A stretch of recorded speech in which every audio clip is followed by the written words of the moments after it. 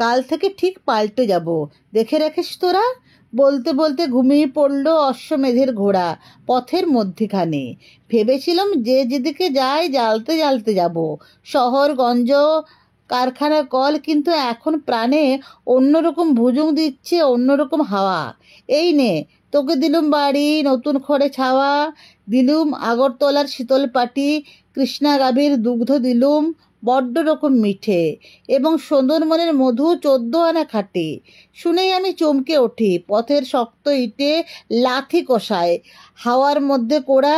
ঘুরিয়ে বলি, আয় রে আমার অশ্বমেধের ঘোড়া, আয়, যেরকম কথা ছিল তেমনি করে বাঁচি। তেমনি করে কেউ বাঁচে না, নেই কুসুমের তোড়া, কেউ বাঁধে না। কোত্থেকে জল কোথায় চলে যাচ্ছে, নজর করলে দেখতে পাবি রক্ত শুষে খাচ্ছে অশ্বমেধের ঘোড়ার পিঠে রাক্ষসে